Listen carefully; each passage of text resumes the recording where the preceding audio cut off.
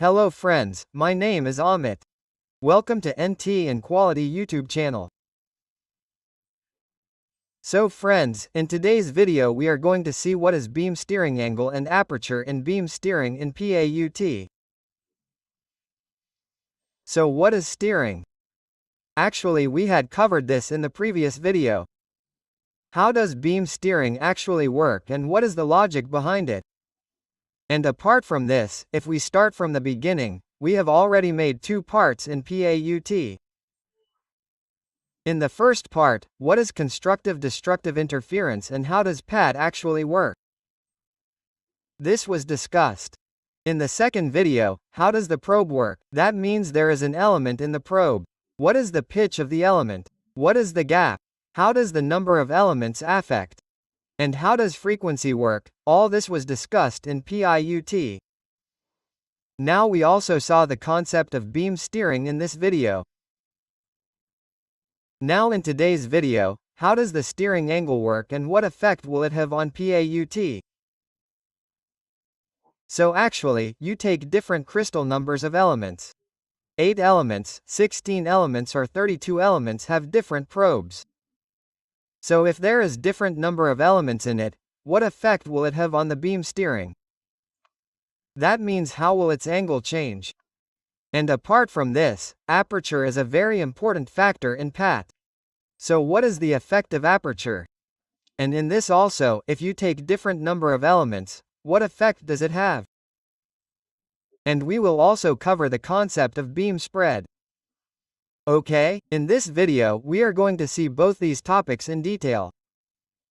So if you want to take online training in PAUT, I had told in the previous video that we have already completed its entire syllabus.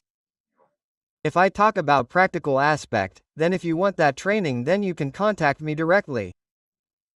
In this, we have covered everything from scan plan to different calibrations, velocity, wedge, delay, sensitivity, calibration, how to do machine setting later, how to draw PCG, encoder calibration, data acquisition, interpretation, valuation, code requirement in PAUT. So if you want its recorded video, then you can contact me directly. This is my number plus 91904250424. Okay? So let's start the video. So if you have not subscribed to our channel yet, then definitely subscribe to the channel and share this video with your friends and colleagues. Apart from this, you can take membership of the channel by using the join feature. So I have actually made many membership videos. In this, you will get the complete syllabus of NDT Level 2. In this, I have completed conventional NDT method RTUTV-TPTMT. Apart from this, code standard interpretation like different APIs SMEAWS code, ISO code. What is its requirement in NDT? I have also covered this and you will also find many videos of practical entity. So all these are quite premium videos.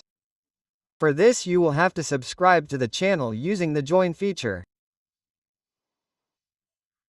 So now see, in the first two videos, I will quickly tell you in a minute what we covered. Constructive interference, destructive interference and intermediate condition in between is called this. Constructive means reinforcement, destructive means cancellation.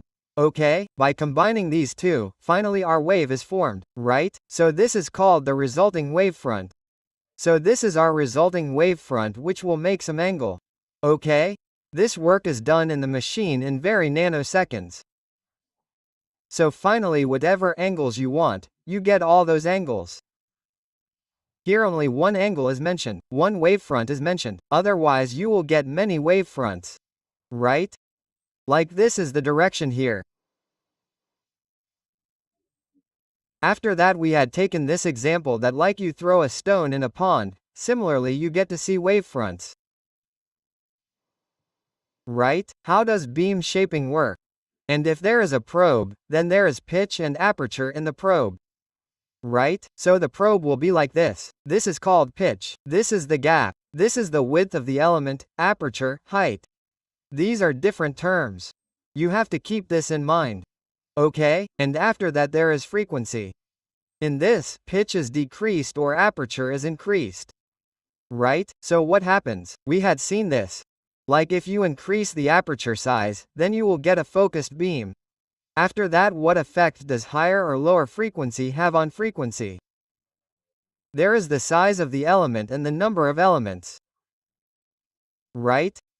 After that, we have all these things in it. This was seen in the table. We also saw its example in the last video. Now see, you can do a lot of different settings in it.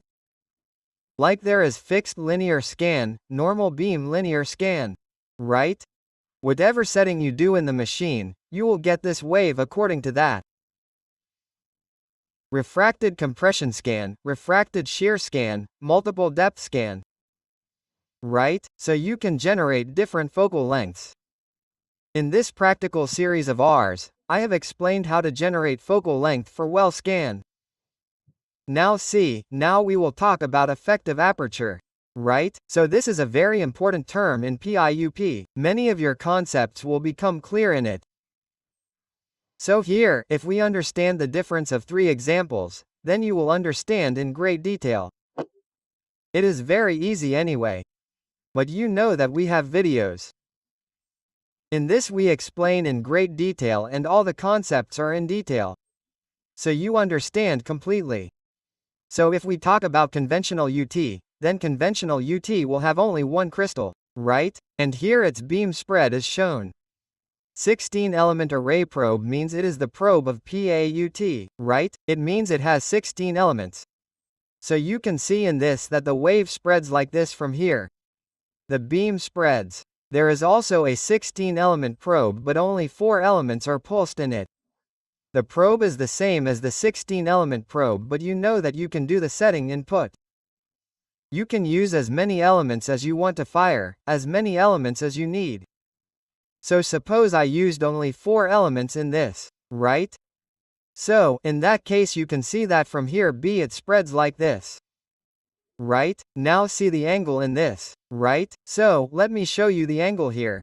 With different colors, like the angle is formed from here like this. So this is the angle here. If we talk about here, then this is the angle here. So you will know here that this angle is less. Right? This theta, if I say, is less comparatively. Right? This is more. So keep this in mind. It means the number of elements has reduced. It means that you have used the same pulsing element in the probe. But the number of elements used in it is less. So in that case you will get more angle. Apart from this, what effect it has in the near zone etc., we will also cover this in the future. Right? So this is the effect of aperture. Aperture means there are 2 types of aperture in it. There is effective aperture and there is active aperture. We will cover the concept of active aperture in the next video. But what is the effective aperture is that the number of elements from which the wave comes out will determine the effective aperture. Right? So here in this case, from here to here, you have covered the entire area with 16 crystals. Right? So the effective aperture is more, whereas in this case only 4 elements have been used. So the effective aperture will be less. Okay, so let's talk about a conventional transducer. So this is the traditional type of ultrasonic transducer, which sends out a single sound wave pulse in a fixed direction. Right? So, conventional means in conventional UT, whatever probe you use, there will be only one crystal. So, you will get the wave in a fixed direction. Right? You will not be able to steer it. Right? Beam steering is not possible in this. So, whatever direction is in the fixed direction, you will get the wave in that direction in conventional UT. It has a large beam spread which means the sound wave diverges more as they come further into the material. Right? So, the beam spread in this is also quite high. Right? So, as it moves forward, as the near zone is completed, after that it moves forward, in that case you will see more beam spread there. Right? You will see a large beam spread. So, the beam will diverge, simple. Okay? Now let's talk about the 16-element array proof. right? 16 elements means that here in this figure we are talking about this 16 element, right? So in this it is written all element pulsing. That means you do pulsing of all the elements. So right, you will get a wave from all the elements. So this is a fuzz array transformer. Instead of a single pulse it has a 16 small element that can be controlled electronically. So in this there are 16 small elements instead of one crystal. Right, there are 16 small elements. So in this case you can control all the elements electronically. Meaning, by giving different time delays to each, you will get the wave you want. So this is the probe of PAUT when all 16 elements are pulsed at the same time. The sound and sound waves combine to create a focused beam. Right? Sound beams combine to create a focused beam. Focused beam means that the intensity of the beam in this, right? It will be very high compared to a single element probe. Right? In comparison to the conventional up probe, you will get a focused beam in this. You will get very good beam intensity in this. The beam is more controlled and narrow compared to a conventional transducer. So you will get the beam in a good controlled manner. You can control it however you want by giving time delay. And in comparison to a conventional transducer, you will get a narrow beam. Meaning that if you want to concentrate the density at one place, you will get it. Right? If you use 16 elements. So look here, it is a probe with 16 elements. Right? So this is the advantage in it. So in PAUT you use different elements, right? Its advantage is that you will get a focus beam and a narrow control beam. The intensity will be quite good. Effective aperture is the area where the sound beam is focused. It is larger, right? So here you will also get more area. Look here, you should talk comparatively. Right? If we compare both of these, then here wherever you take a distance, you should take a point. Any place where the near zone is complete, if I talk about that area, then here it is this much and here it is more. Look comparatively. Right? So there is no focus and more area will also be covered in it, and you must have seen that the probes of PAUT are a little bigger in size as compared to conventional UT. Right? So you can also see this area, comparatively you will get more area focus in it. Okay? So this effective aperture is larger and the sound beam is tighter and more control. So you will get a tighter beam and more control. But generally we are talking about comparison of conventional up here. But actually if we see, our main target is how to see. There is a 16-element array probe and out of 16 elements we have targeted only 4 elements, right? We have to compare these two. What is the difference between these two? That means you use less elements. What is the difference in up in that case? This is what we have to see. So see, we have to compare these two. So if suppose there is a 16-element probe as well but only 4 elements out of it have been pulsed. So in this case only 4 sets of 4 of 16 elements are pulsed. 4 of 16 elements since few elements are pulsed. The beam spreads out more, right? The beam spread will be more. You will get more beam divergence compared to when all 16 elements are put together. So it is simple. I have already told you that you will get more angle in this. Compare these two in the last two figures. So see again, the sound beam spreads from here like this. It is happening from here, right, after the near zone. So if you see the angle in this, then this angle is this much and this angle is this much. Right?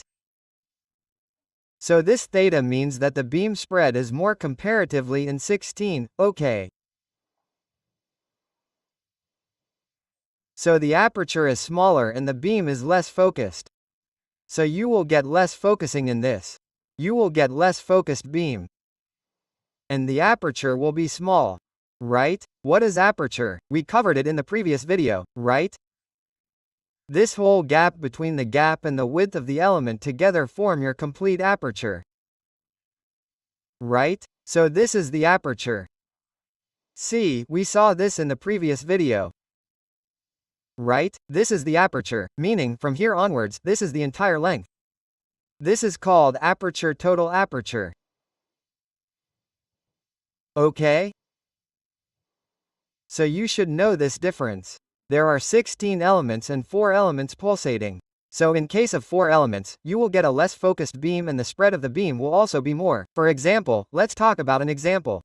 So think of the aperture as a camera lens, right? The lens of the camera is a larger lens, which means that 16 elements pulsating capture more light and sound in this case. So let's assume that 16 elements are in our case, the lens in the case of a camera. So there are 16 elements or 16 lenses in that case. It will capture more light and give a clear focused image. Smaller lens like 4 elements pulsating, meaning there are 4 lenses. Suppose, the smaller the camera, the lesser the light. So the image and sound beam is fuzzier and spread out more, right?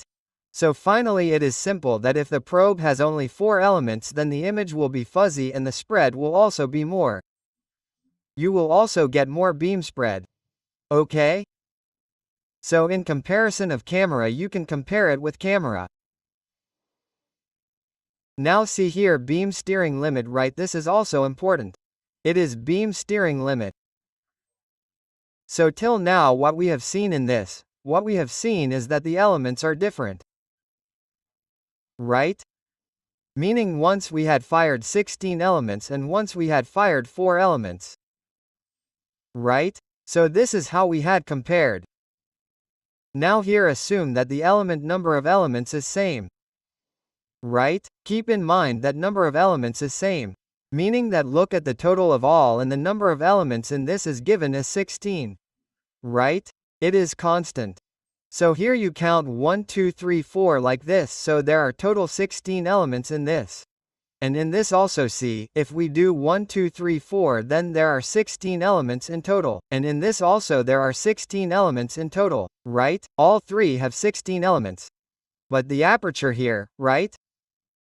Your aperture is more or less. Like here 1664 element has an aperture of 64 mm. Meaning what is the length from here?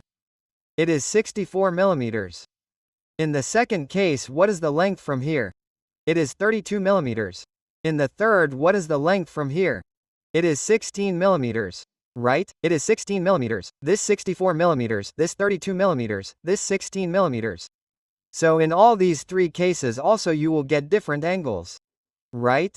This is called beam steering angle. Right? This is the beam steering angle. Keep this in mind, right? This is called beam steering angle. So see what happens here is that as your aperture increases, right? The beam steering angle keeps on decreasing. Right? So note this down. The aperture will increase. So the beam steering angle is, I will just write it like this, the beam steering angle will be less. It will be less. In that case the beam steering angle will be more. Right? Always keep this in mind in this case. How have I written that your number of crystals is constant?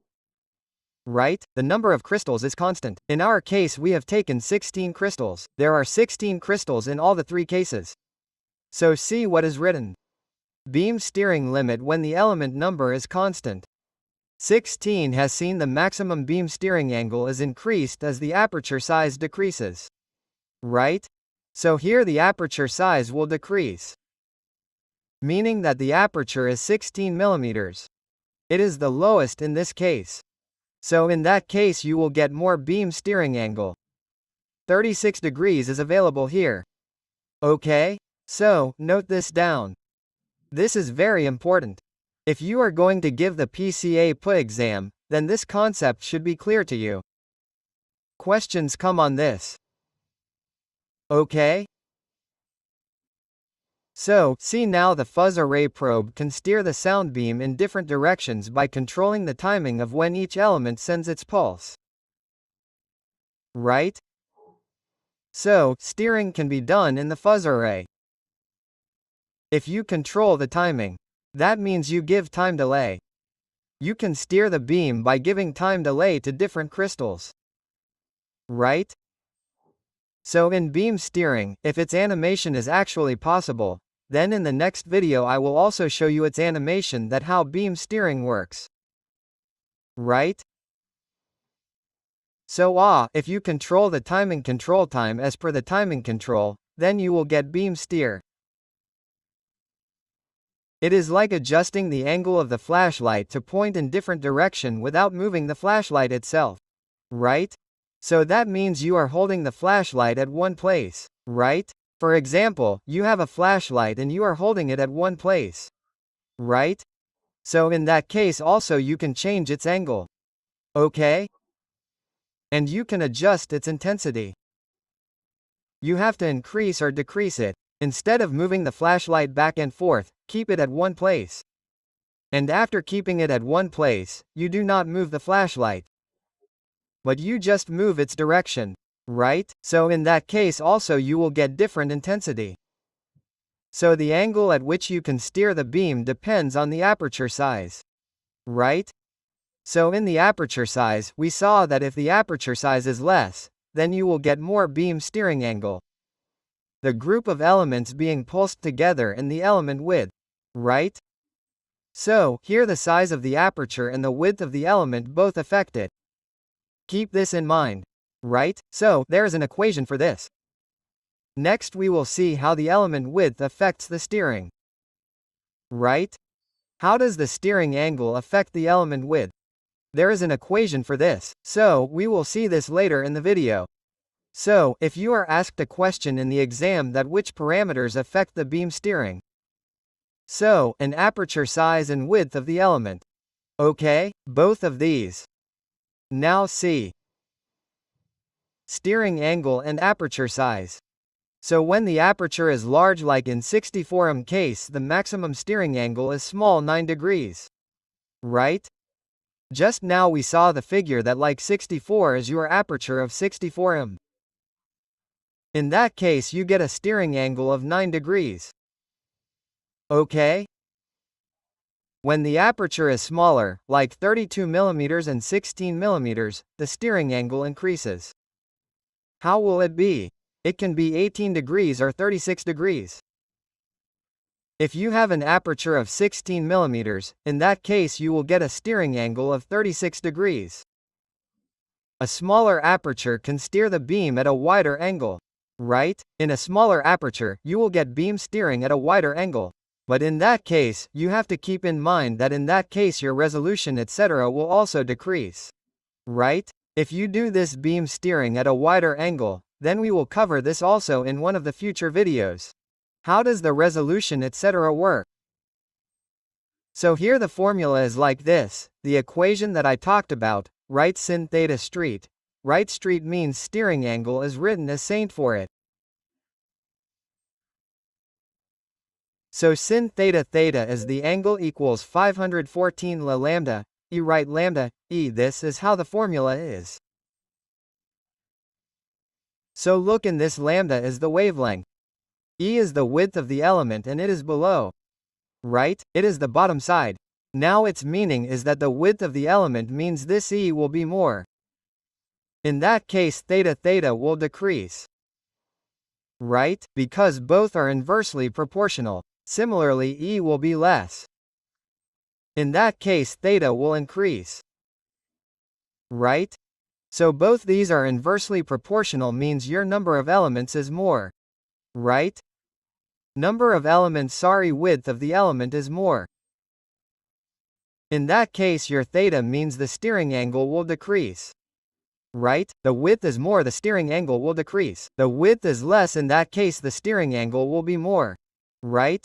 So this is the formula. So smaller element also for wider beam steering. Right? Smaller element means that the width of this element is less.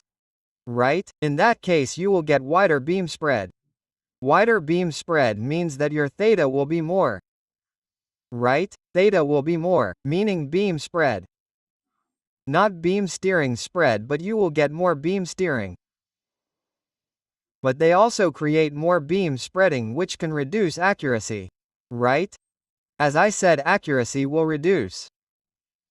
As the angle of the beam increases, meaning the beam steering angle increases, accuracy will decrease. Okay? So for example, imagine you have a garden hose. Right? Like the nozzle that you use to water plants etc. is a garden hose. Right? This is an example of that. When the nozzle is wide, meaning it is large up, you can only spray water straight ahead of you and at a small angle. Right? That means the angle will be small. It will have a low angle because the front portion of the nozzle, from where the water comes, right? That is large, that means it is of a big size. In that case of the nozzle, the water will go straight, almost straight, and you will get a small angle. If you narrow the nozzle, that means you use a smaller nozzle, you can spray water in a wider arc, right? That means your arc will be bigger. However, the water might not reach as far because it spreads out more. But in that case, the water will not be able to go very far. It will not be able to go very far, right? For example, suppose there is a nozzle like this, right? Water is coming out of it. It is in this direction. Water is coming out like this, right? My drawing is a little poor. Right? Water is coming out like this. But now suppose you have reduced the size of the nozzle like this. Right? So in this case, the water that will come out like this. Okay? So it will spread in this direction, the angle of water will also spread like this, but this one will be able to go far, this one will stop till here, it will reach only till here, maybe this one will reach till here. Okay, simple. So you can understand this by taking the example of garden hose. Okay, so this was our third part of EAT. Right? In the next part, we will also discuss about focusing. And what is active aperture? What we saw here was about effective aperture, and now what is active aperture and how does it affect? In this also, we will take an example and understand in the next video that there are different elements, 16 elements, 32 elements. Right? So how does it work in that case also? And now what is focal length? Right? How does focal length work in PAUT? We will also cover this. So I hope you are able to understand this series of PAUT. If you have any doubt in this, then you can ask me in the comment box. Okay, thank you.